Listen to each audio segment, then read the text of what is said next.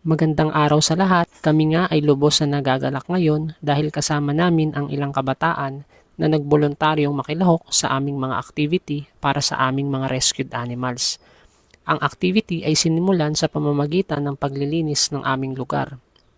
Kasulukuyang nagaambag si Princess sa gawaing ito at nais naming pasalamatan ang kanyang mga magulang sa pagpapahintulot sa kanya na makilahok sa ganitong uri ng gawain. Tunay nga na mahalaga ang pagsasanay sa mga kabataan na maging responsable mula sa murang edad. Sinasabi nga sa Kawikaan 22 verse 6, turuan mo ang bata sa daan na dapat niyang lakaran, at pagka tumanda man siya ay hindi niya hihiwalayan. Sa gayong paraan, habang sila ay bata pa, sila ay hinuhubog na magkaroon ng malasakit sa mga hayop.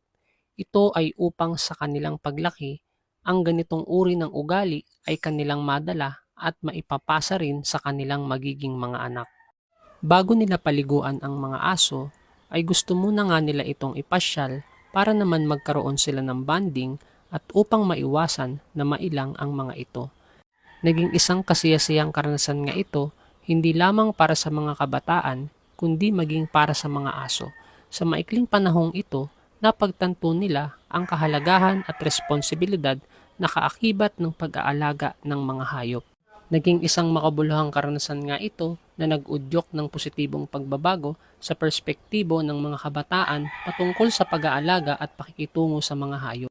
Ang ganitong mga aktibidad ay hindi lamang nagbibigay aliw, ngunit mahalaga rin sa paghuhubog ng isang malusog at responsableng lipunan na nagpapahalaga sa kahalagahan ng bawat nilalang. Hanggang dito na lang po at maraming salamat sa inyong suporta. God bless.